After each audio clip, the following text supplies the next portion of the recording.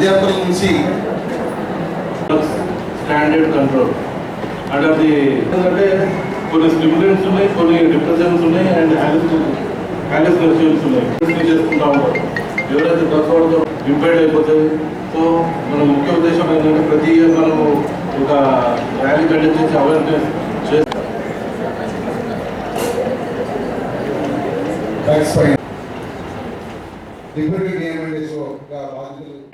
In order to Mission Parivartana, the International Day of Drug Abuse, we all know that the disadvantages of drugs. Many students are facing this. Because of this, many families are destroyed. This really caused very damage to the families.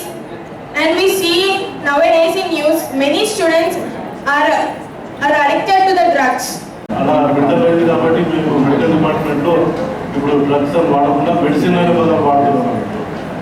So అదొకటి. ఇంకొకటి అంటే what we are using for good things is called use and what you are using for bad things is called abuse. So such things are cannabis, heroin and Indian pharmaceutical అటువంటి drugs ఉన్నాయి. దాంట్లో కన్నాబీస్లో చరస్, గాంజా వస్తుంది. As you know, Jagtial ఎక్కడ చూసినా మన surroundings గంజాయి దొరుకుతూ ఉంటుంది. Evening times here and there will find lot of cases costly drugs and low social వాళ్ళు గంజాయి వాడుతూ ఉంటారు. సో ఇవి ఏ రకంగా దొరుకుతాయంటే లిక్విడ్ ఫామ్లో, ఇన్హేలెంట్స్ ముక్కు ద్వారా తీసుకోవడం, ఇంజెక్షన్ ద్వారా తీసుకోవడం, ఇట్లా రకరకాలుగా దొరుకుతూ ఉంటాయి. సో మోస్ట్ ఎఫెక్టెడ్ మన ఇండియాలో most affected states first Uttar Pradesh, తర్వాత మహారాష్ట్ర, తర్వాత పంజాబ్, తర్వాత తెలంగాణ 4th ప్లేస్. ఈ తెలంగాణ మన గత 3-4 సంవత్సరాలనే బాగా ఎక్కువైంది. మన ముఖ్యమంత్రి గారు కూడా దాని మీద ఫోకస్ చేసి కంట్రోల్ చేయడానికి చర్యలు తీసుకుంటున్నాం. మన శ్రీనివాస్ గారు చెప్పారు. మరి ఈ మత్తు పదార్థాలు మన ప్రపంచంలో పాకిస్తాన్, అలాగే ఆఫ్ఘనిస్తాన్, మరి ఇతర విదేశాల నుండి మన దేశానికి సరఫరా అవుతున్నాయి. మరి ఆ సరఫరా ద్వారా మన మహారాష్ట్ర, పూణే మన దేశంలో, ఇటు వరంగల్, నిజామాబాద్ ద్వారా మన జగిత్యాల జిల్లాకు సరఫరా అవుతున్నట్టు పత్రికల్లో వార్తలు వస్తున్నాయి. తగు చర్యలు తీసుకుంటున్నప్పటికీ ఇంకా చాప కింద నీరులాగానే మరి ఈ మాదక ద్రవ్యాల వినియోగం జరుగుతూనే ఉంది.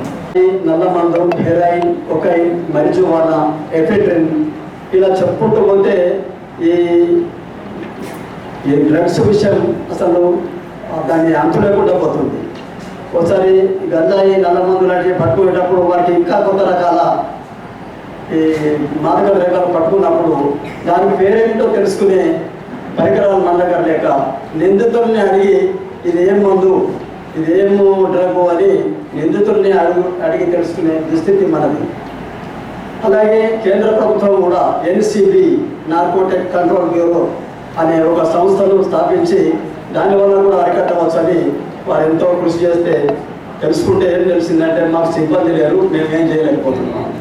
మాదక ద్రవ్యాల నివారణ దినోత్సవం సందర్భంగా విచ్చేసిన మీ అందరికీ, ఉన్న పెద్దలందరికీ నా యొక్క కృతజ్ఞతలు తెలుపుకుంటూ ఈ అవకాశాన్ని 4-5 పాయింట్స్ మీకు చెప్పదలుచుకున్నాను ఈ సభ వేదిక సందర్భంగా.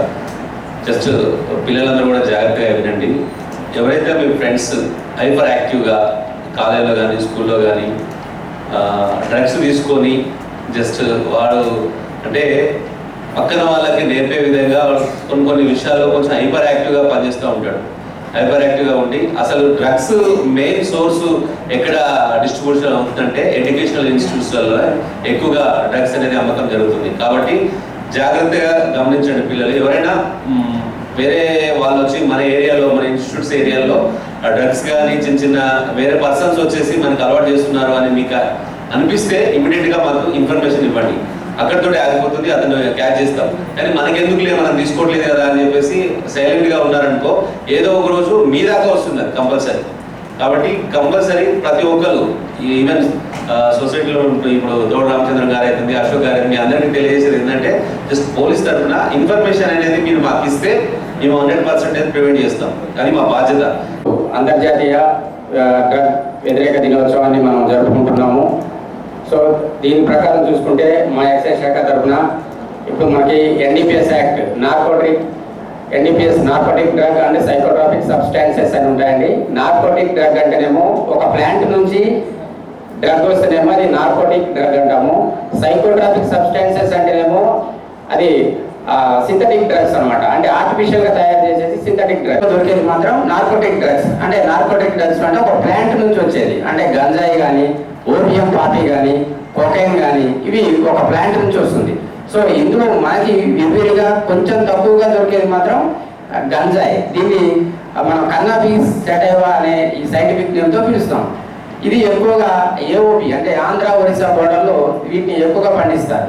అది కూడా ఒక మాదక ద్రవ్యం లాంటిదే. ఎందుకంటే ఆ కుటుంబాల్లో పాత చెప్పులు, అమ్మోనియా, యూరియా, నల్ల బెల్లం, నవసారం ఇలాంటి పిచ్చి పిచ్చి మళ్ళీ పాడైపోయిన ఫ్రూట్స్ ఇవన్నీ వేసి ఈ కుటుంబాన్ని తయారు చేస్తారు. కాబట్టి దాంట్లో ఆల్కహాలిక్ స్ట్రెంత్ దాదాపు 90% అబోవ్ ఆల్కహాలిక్ స్ట్రెంత్ ఉంటుంది. ఆ ఆల్కహాలిక్ స్ట్రెంత్ డైరెక్ట్ లివర్ మీద ఎఫెక్ట్ పడి తొందరగా చనిపోయే అవకాశం ఉంది. విద్యార్థులు వాస్తవంగా స్కూల్ ఎడ్యుకేషన్, ఇంటర్మీడియట్ ఎడ్యుకేషన్ ఈ దశలో కొంత ఆలోచించారు. డిగ్రీ లెవెల్కి వచ్చే వరకు వాళ్ళు ఆలోచించి ఒక లక్ష్యాన్ని ఎన్నుకుంటారు. ఆ లక్ష్యానికి అనుకూలంగా వాళ్ళు చదువుతారు. అదేవిధంగా ఇప్పుడు ఎవరైతే ఇంటర్మీడియట్ వచ్చారో స్కూల్ ఎడ్యుకేషన్ విద్యార్థులు ఉన్నారో వీళ్ళందరూ ఏం చేయాలంటే మంచిని గ్రహించండి, చెడును విస్మరించండి. సభా వేదికపై ఆశమైన వారు కొన్ని విషయాలు చెప్పారు. దీనివల్ల ఏం చెడు జరుగుతున్నది అది గ్రహించి ఆ లక్ష్యానికి అనుకూలంగా మంచిగా చదివి తల్లిదండ్రులకు సమాజానికి మంచి పేరు తీసుకురావాలి. ఒక ఉన్నత స్థితిలో ఉండాలని కోరుకుంటున్నాను మీ అందరినీ. వాస్తవంగా ప్రభుత్వం కూడా ఈ మాదక ద్రవ్యాల మీద కఠినంగా శిక్షలు ఇస్తుంది. ఆ శిక్షలు చాలా కఠినంగా ఉంటున్నాయి కాబట్టి వాటిని గ్రహించుకొని మీరు చెడును విస్మరించి మంచి మార్గంలో వెళ్ళాలని కోరుతూ. డ్రగ్స్ ఈ రోజుల్లో డ్రగ్స్ అనేది చాలా కామన్ విషయం అయిపోయింది. ఇందులో చాలామంది స్టూడెంట్స్ చాలా ప్రాబ్లమ్స్ ఫేస్ చేస్తున్నారు. మరియు ఎన్నో కుటుంబాలు కూడా ఫేస్ చేస్తున్నాయి. స్టూడెంట్స్ చాలా గంజాయికి అడిక్ట్ అయిపోయారు. దీని వలన వాళ్ళ ఎడ్యుకేషన్ కోల్పోతున్నారు. వాళ్ళ మతి స్థిమితం కూడా ఉండడం లేదు. ఆ గంజాయి తీసుకోవడం వలన ఆ టైంలో ఎలాంటి పనైనా చేయడానికి వెనుకాడడం లేదు. ఇలాంటి సంఘటనలు ఎన్నో చూస్తూనే ఉన్నాం. మన పోలీస్ శాఖ వారు దీన్ని చాలా కఠినించాలని కోరుతున్నాం. మనము భారతదేశంలో ఉన్నాము. మన భారతదేశము సత్సంప్రదాయాలకి, ఆచార్యవాదాలకి పుట్టినిల్లు ప్రపంచంలోనే. చాలా సిస్టమేటిక్ ఫ్యామిలీ సిస్టమ్ అనేది ప్రపంచంలో ఎక్కడా కూడా ఇటువంటి సిస్టమేటిక్ సిస్టమ్ అనేది ఎక్కడా ఉండదు. ఇప్పుడు చెప్పారు కొన్ని కంట్రీస్, మనం డెవలపింగ్ కంట్రీలో ఉన్నాము.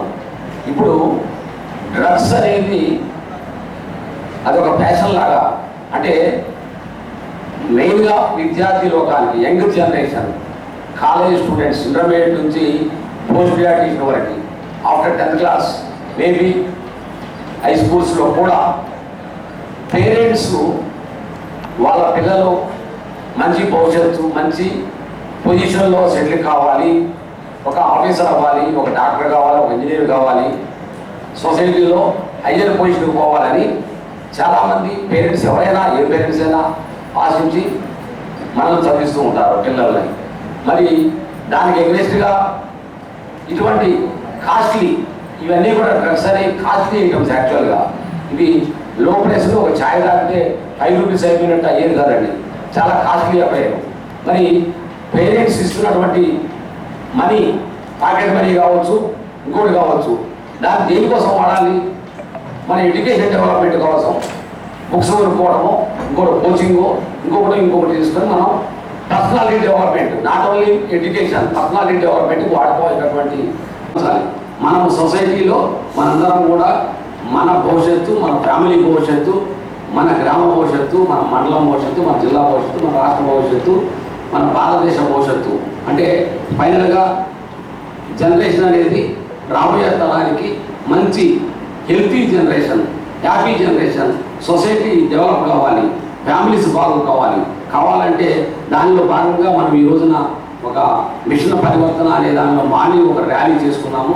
మనం ఈరోజు ఇక్కడ సమావేశమయ్యి సరే ఇక్కడ లిమిటెడ్ మెంబర్స్ కూర్చొని డిస్కస్ చేస్తున్నాము.